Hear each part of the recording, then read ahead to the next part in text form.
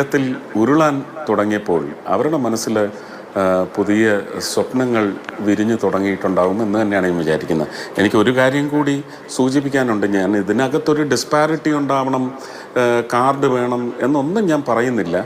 പക്ഷെ എനിക്ക് തോന്നുന്നത് ഇത് സർക്കാർ ഒരു സംവിധാനം കൊണ്ടുവരുന്നതിനേക്കാൾ സമൂഹത്തിൽ കുറച്ചുകൂടി ബ്ലെസ്ഡ് ആയിട്ടുള്ള സ്ത്രീകൾ ഞങ്ങൾക്കിതിൻ്റെ ആവശ്യമില്ല, ഞങ്ങൾ കാശ് കൊടുത്ത് പൊയ്ക്കോളാം എന്ന് സധൈര്യം പറയാൻ പറ്റുന്നവർ, ഇതൊരു അവകാശമാണ്, നമുക്കിതങ്ങ് ഉപയോഗിക്കാം എന്ന് വിചാരിക്കാതെ ഒഴിവായാൽ, like how we gave up the second cylinder, ഒരു ഗിവ് അപ്പ് എന്ന് പറയുന്ന ഒരു പദ്ധതി ഉണ്ടായിരുന്നു പ്രധാനമന്ത്രിയുടെ.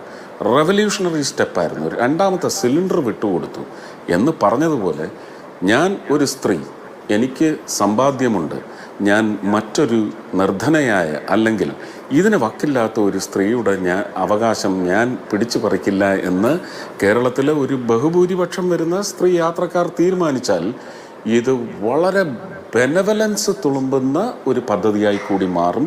എനിക്ക് തോന്നുന്നു അതാണ് ശ്രീ CP ജോണിനും പിന്നെ അവരുടെ ക്യാബിനറ്റിലുള്ള എല്ലാ മന്ത്രിമാർക്കും, ബഹുമാനീയനായ മുഖ്യമന്ത്രി അടക്കമുള്ളവർക്ക് നൽകാൻ പറ്റുന്ന തിരിച്ചുള്ള ഒരു ട്രിബ്യൂട്ട് അതായിരിക്കും. ആ ചിന്താഗതി വളരണം.